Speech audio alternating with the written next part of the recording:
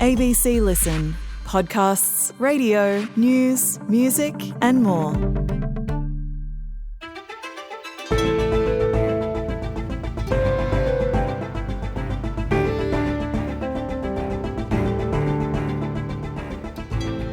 At a time when it's so hard to find a place to live and buying a property is out of reach for so many young Australians, you wouldn't believe how many homes are sitting empty. So what can be done to stop homeowners from leaving prime real estate vacant? Today, business editor Michael Janda on how some simple steps could ease the housing crisis. I'm Sam Hawley on Gadigal land in Sydney. This is ABC News Daily.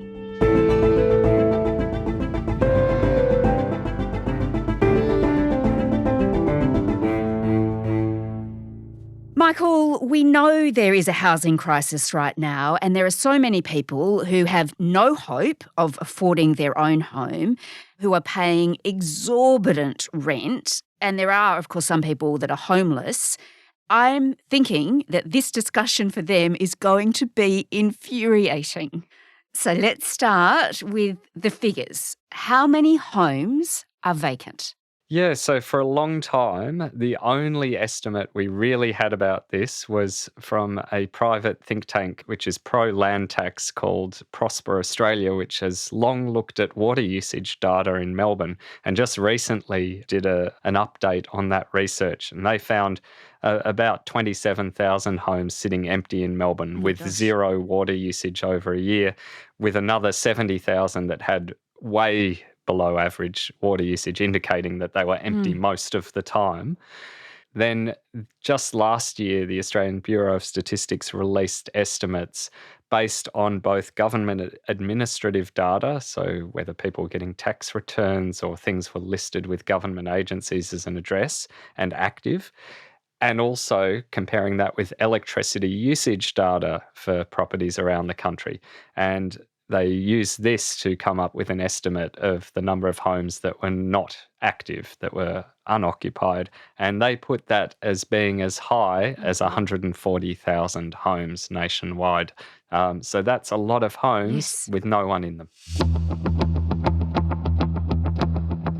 Yeah, that's a huge number of homes. So I assume, though, we're talking about all sorts of different types of homes. You know, some of them may be in disrepair, right? They're not good enough to live in. Yeah, that's right. Sometimes properties are for sale for a very long time, or there's a very long settlement, or people have gone overseas for an extended period but are coming back to their home. So there will be some properties that are not permanently vacant. And then, as you say, there will be some properties that are still residential addresses but are so derelict that no one could live in them. But you've got to look at why those properties are sitting there, and you could see some belong to deceased estates, so they're still waiting for the will to be processed and the house to transfer.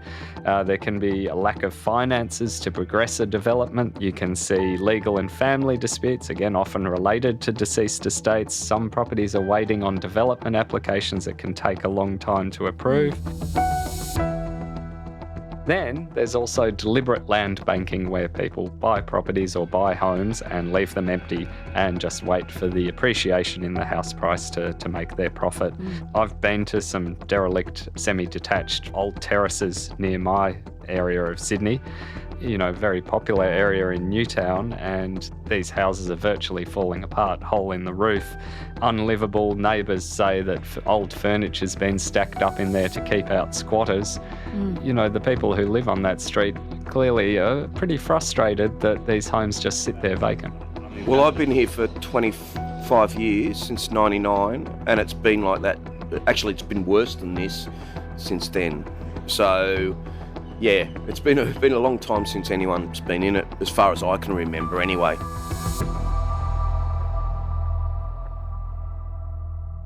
So in my research for my stories, I obviously did background on all of the houses I filmed around, and I actually happen to know a former neighbour of these empty houses in Newtown in Sydney, who told me that the owner was a man who'd now be in his mid-80s. He'd owned the properties since the early to mid-1980s, according to property records.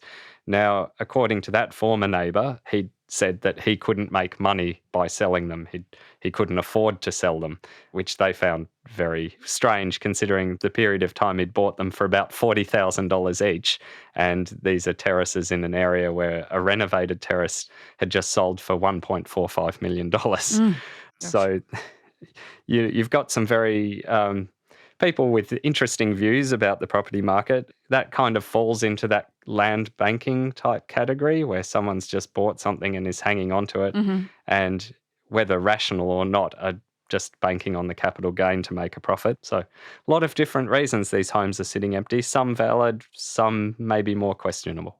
I did, Michael, meet someone the other day who owns 3 homes. So there are people also that have multiple homes, of course. He's got 1 in Sydney and 2 in far north Queensland. And so, you know, at any given time, there's 2 that are sitting empty. But I guess the point is that's his right, isn't it? Because he bought those homes, he made the money to do it, he pays council rates, you know, he pays insurance. It's his right to do that. It's anybody's right, I suppose, to do whatever they want with their home, isn't it? Well, that's an area of debate. So I spoke to a legal expert, Kathy Sherry from Macquarie University, an expert in property law. And as she pointed out, home ownership, land ownership has always been subject to regulation, whether it's been under kings and queens, under the Crown, as it's called, or under our, modern liberal democracies. There's always limits on what you can do with your land and your house because of the nature of land, which is that, if you wanted to buy 10 cars and not use them, that's fine. You're not depriving anyone else of the use of a car because Toyota can go and build another one. You can't do that with land. If I buy 10 blocks of land in a prime location, it means no one else can use that land. And so her argument is that there are always interventions from the state into what we can and can't do with land, and vacant property should really be no different. I think that there's reluctance to interfere with anything that is seen as compromising people's ability to build wealth from residential property. The problem with that is when you build wealth, it always has to come from somewhere. It always has to be at somebody else's expense. It doesn't fall out of the sky. The wealth that people build with residential property comes out of somebody else's pocket, and it comes out of the pocket of somebody who needs a home.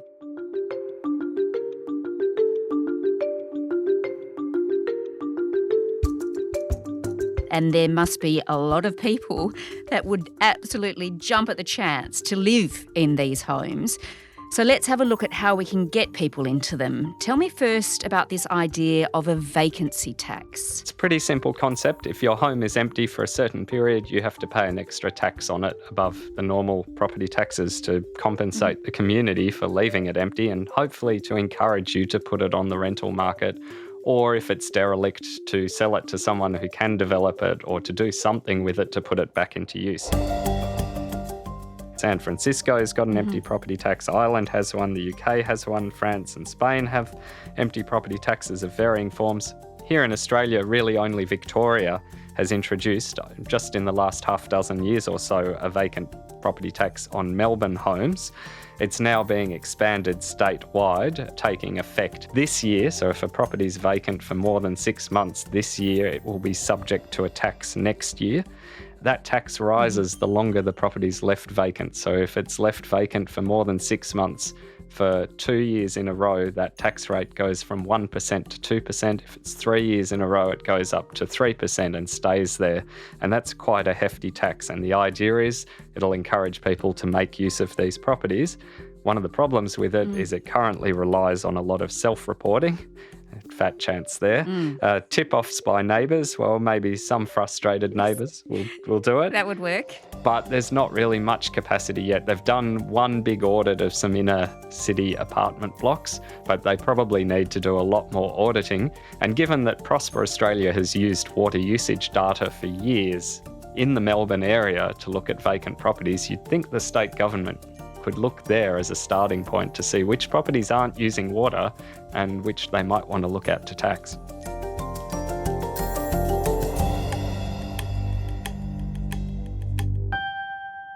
All right, so a vacancy tax is a real possibility and it is being used around the world and already, as you say, in Victoria. A more dramatic option, though, Michael, would be for the government to acquire vacant properties. Could that actually happen? Yes, legally, there is nothing to stop state governments doing that. In fact, constitutionally, across most state governments, in legal theory, the Crown ultimately owns all the land. Now, of course, state governments generally have either legislated constitutions or laws that provide just compensation if they take your land away. But there's nothing to stop them taking your land away and for any purpose they want. Presumably the people who own the homes might not like that sort of intervention. So what are the arguments against something like that? Because that's a pretty good way to fix this. 140,000 homes, wow, you could just get them back tomorrow. Yeah, look, it really comes down to what you see as being the role of the state, and it's kind of an ideological and economic question. If you see the role of the state being to fix market inefficiencies, well, there's a pretty strong argument for either taxing or just acquiring these vacant homes and putting them to a better use, or at least charging the people who are not using them for the privilege of leaving them empty. On the other hand, you've got, say, the Real Estate Institute of New South Wales. I spoke to its chief executive, Tim McKibben, and, he said there are many reasons that property owners may want to leave their property vacant, and even if those reasons aren't good ones, in his view, it's the right of a property owner to do whatever they want with their home or commercial building. If somebody has an investment strategy, they have bought the property, they're happy to pay the council rates, and they're happy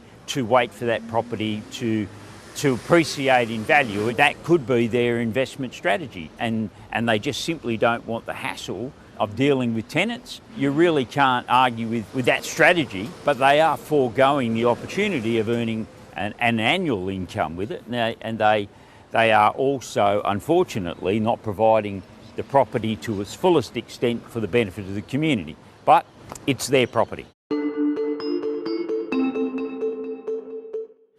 All right. So, Michael, it's an option, I guess, to claw these properties back. But I guess the question is, would that actually fix the housing crisis once and for all? I don't think it would fix it. I don't think anyone would argue that it would fix it.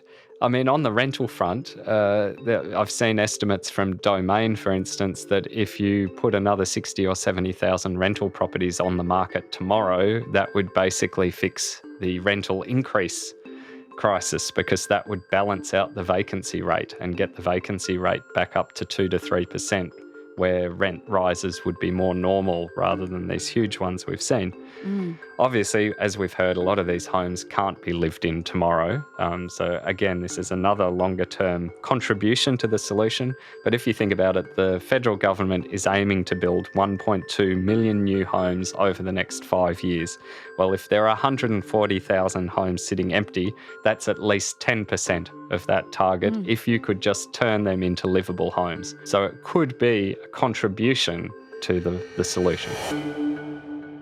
All right, yeah, so it could help to stabilise rents to stop them going up so quickly.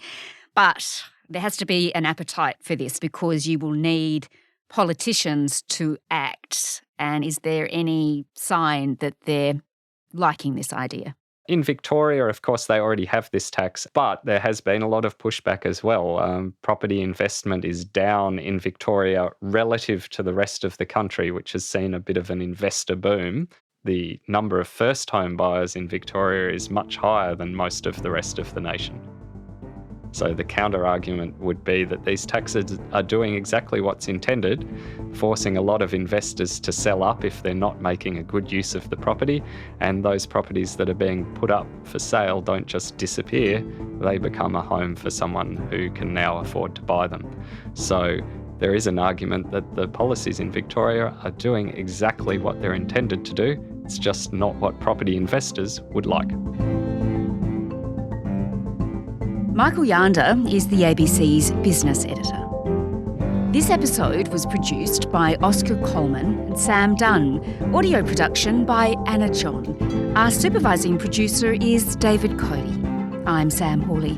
To get in touch with the team, please email us on abcnewsdaily@abc.net.au. Thanks for listening.